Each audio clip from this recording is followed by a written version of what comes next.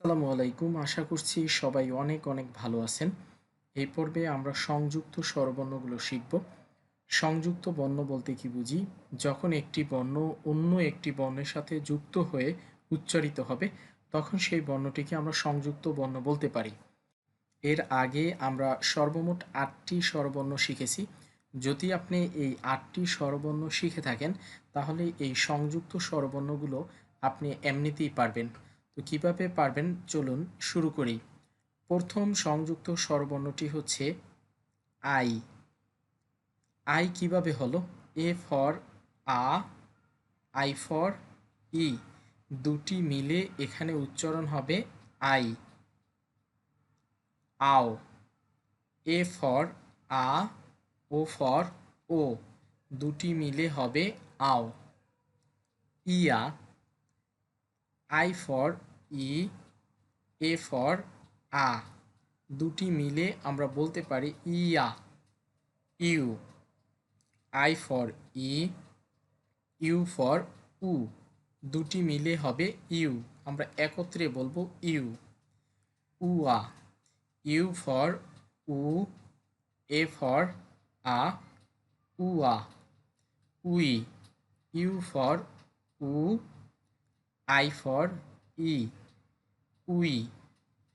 উও, U for উ, O for ও, উও। ও, ও ফর ও, ইউ ফর উ, তাহলে দুটি বর্ণ মিলে হবে ও। এই বর্ণগুলোর উচ্চারণ আমি আরও একবার বলবো। আই, আও, ইয়া, ইউ, উয়া, উই, উও, ও। পরবর্তী বর্ণ আং। কিভাবে আং হলো? A for a, N G হবে অং, তাহলে আং। অং, ই ফর অ, এন জি অং, দুটি মিলে হবে অং। ইং, আই ফর ই, এন জিতে অং, দুটি মিলে হবে ইং।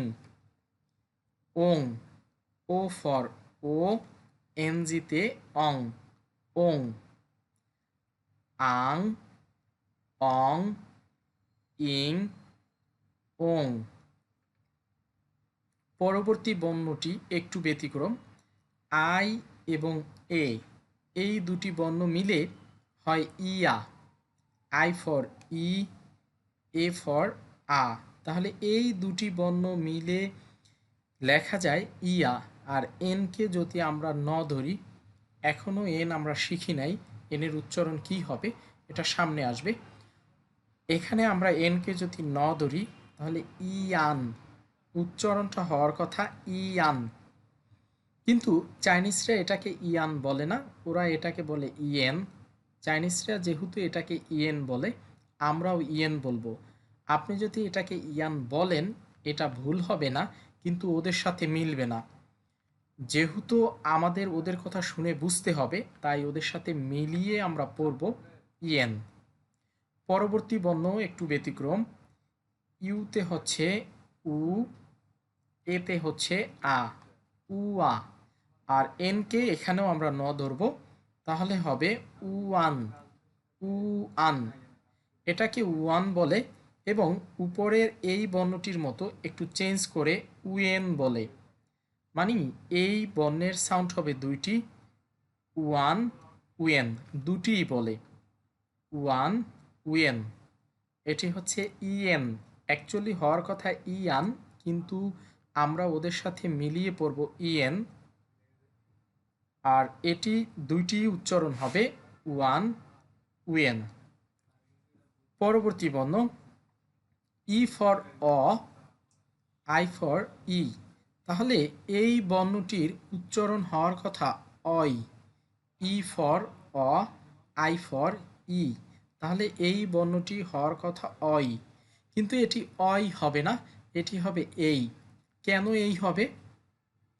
এটার জন্য একটা রুলস আছে, চলুন আমরা রুলসটা একটু দেখে নেই। ই অন্য স্বরবর্ণের পাশে অ্যাকচুয়ালি ই ও নিজেও একটা স্বরবর্ণ, এখানে ওর উচ্চারণ হচ্ছে অ। ও নিজে একটা স্বরবর্ণ, কিন্তু ও যখন অন্য স্বরবর্ণের পাশে বসবে, এই যে বাকি স্বরবর্ণগুলো আছে এখানে, ও যখন অন্য স্বরবর্ণের পাশে বসবে বা এর আগে বসবে, তখন এটা এ হবে।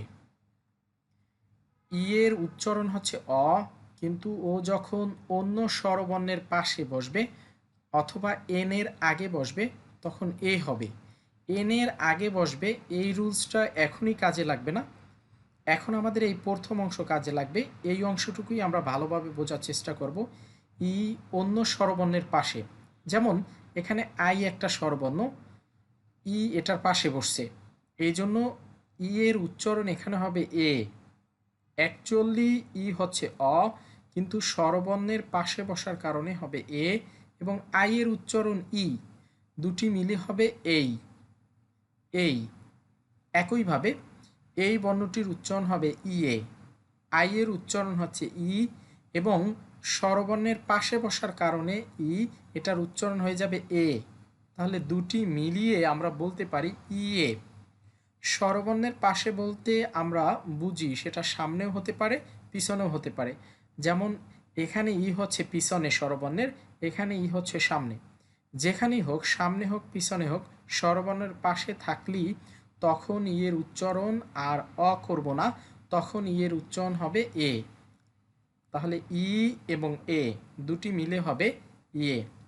একইভাবে ইউর উচ্চারণ উ, ই হবে স্বরবর্ণের পাশে বসার কারণে এ, তাহলে উয়ে। এই, এই, ইয়ে, উয়ে। এই ছিল আমাদের 17টি স্বরবর্ণ। আমরা এই 17টি স্বরবর্ণ শিখব ইনশাআল্লাহ, তাহলে আমরা 29টি স্বরবর্ণ পারব। এই বর্ণগুলোর ভিতরে কোনো বর্ণের উচ্চারণ যদি আপনারা না বুঝে থাকেন, কিভাবে সাউন্ডটা হলো, কিভাবে এই বর্ণের উচ্চারণটা হলো, যদি কোনোটা আপনারা না বুঝে থাকেন অবশ্যই আমাকে জানাবেন। সেটা গ্রুপে মেসেজ দিয়ে জানাতে পারেন অথবা সরাসরি আমাকে মেসেজ দিতে পারেন। কিন্তু আপনার সমস্যা হলে অবশ্যই আমাকে নক করবেন, ইনশাআল্লাহ আমি আপনাকে শিখিয়ে দেওয়ার চেষ্টা করব।